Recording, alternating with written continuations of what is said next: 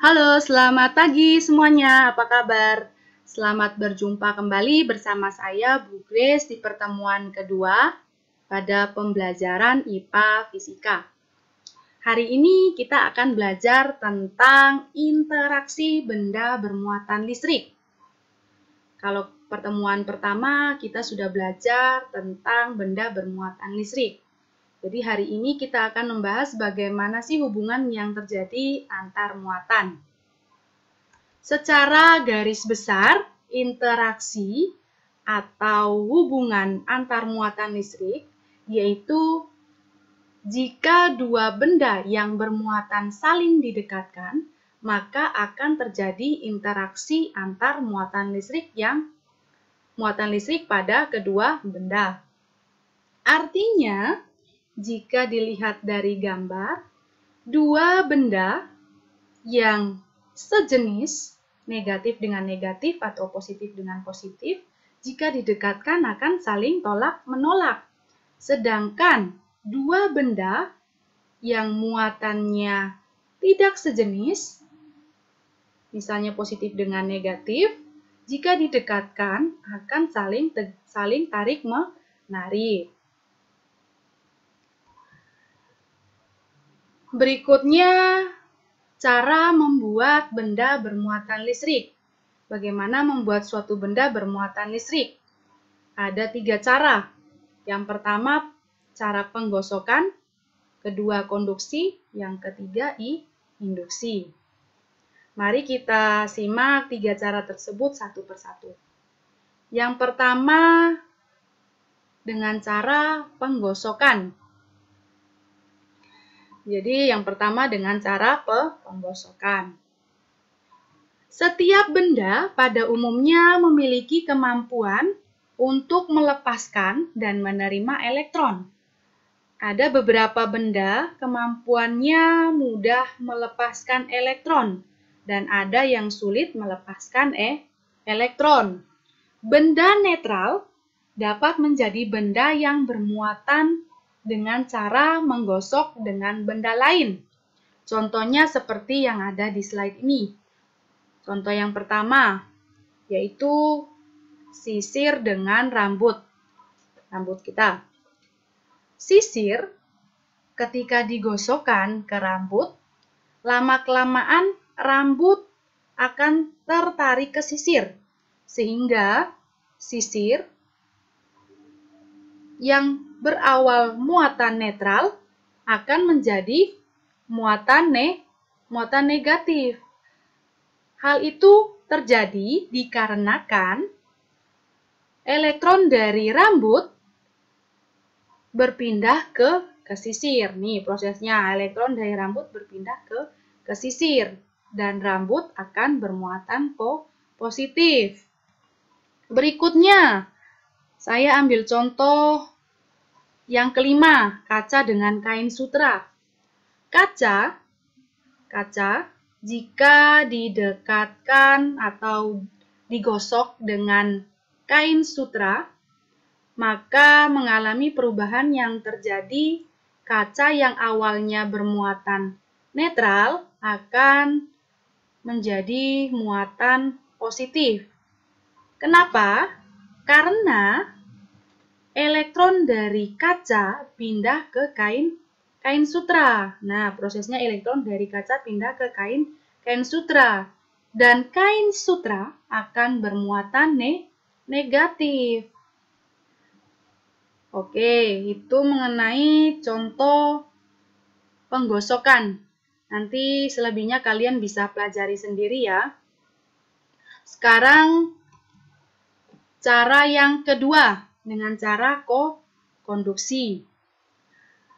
Cara konduksi adalah menempelkan benda yang tidak bermuatan listrik ke benda yang bermuatan listrik.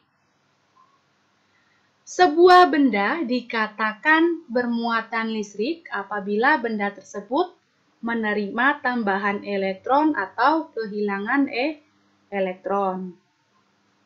Seperti yang ada pada gambar ini, konduktor mula-mula netral, konduktor mula-mula netral, yang artinya positif dan negatifnya sama, tetapi untuk gambar ini yang kita lihat sendiri, positif dan negatifnya sudah tidak sama lagi. Kenapa? Nanti akan dijelaskan setelah ini. Oke, saya akan jelaskan untuk gambar yang pertama terlebih dahulu. Logam bermuatan negatif, disentuhkan dengan benda konduktor lain yang netral, maka muatan positif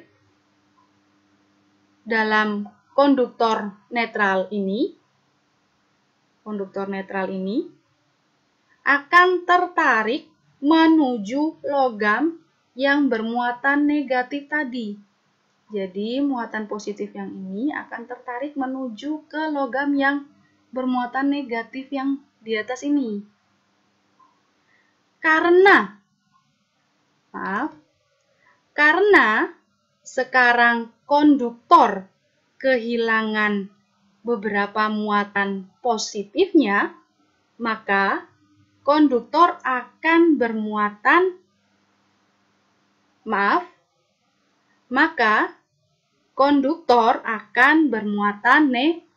negatif. Nih, konduktor akan bermuatan negatif.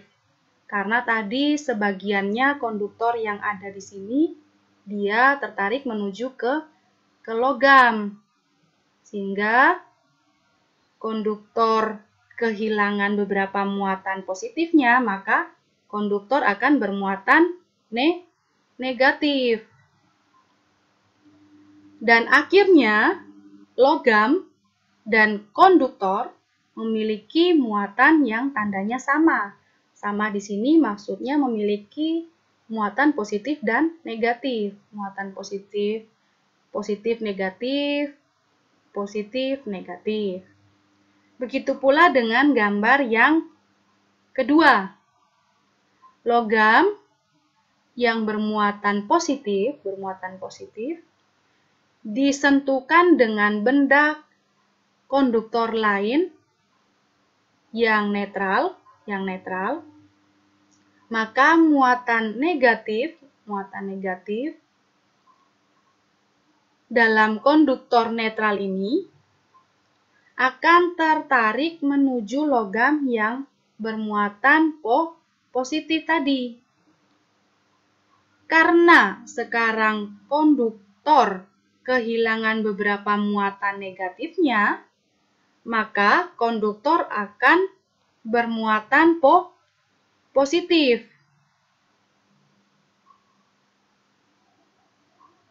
Sehingga logam dan konduktor memiliki muatan dengan tanda yang sama, yang artinya memiliki muatan positif dengan negatif.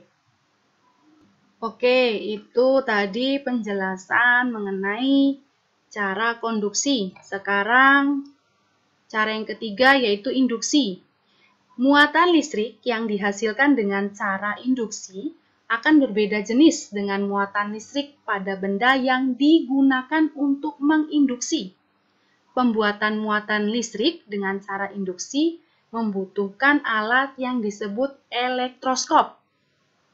Jadi, nanti di sini membutuhkan elektroskop. Elektroskop itu fungsinya apa? Nanti akan dijelaskan di slide berikutnya. Contoh pemisahan muatan listrik pada mistar plastik yang telah digosokkan pada kain wol, kemudian didekatkan pada elektroskop. Oke, ini gambar mengenai alat elektroskop. Elektroskop ini apa? Elektroskop ini adalah sebuah alat yang digunakan untuk mengetahui jenis muatan suatu benda. Jadi mungkin ada yang kemarin bertanya alat untuk digunakan untuk mengetahui jenis muatan itu namanya apa? Oke, ini namanya alatnya namanya elektroskop. Untuk bagian-bagiannya nanti saya akan sharekan di Moodle pertemuan kedua beserta video elektroskop sederhana. Nanti kalian bisa praktekkan di rumah. Yang berikutnya cara kerja elektroskop. Cara kerjanya di sini dibedakan menjadi dua. Memberi muatan elektroskop dengan induksi dan yang kedua memberi muatan elektroskop dengan konduksi. Oke, mari kita simak satu persatu. Yang pertama cara kerja memberi muatan elektroskop dengan induksi. Oke, kita mulai yang pertama dulu, yaitu elektroskop netral didekati benda bermuatan negatif. Oke, perhatikan gambar yang ada di sini ya. Kondisi awal elektroskop netral. Kemudian didekati benda bermuatan negatif. Sehingga hasilnya muatan positif ditarik ke kepala elektroskop.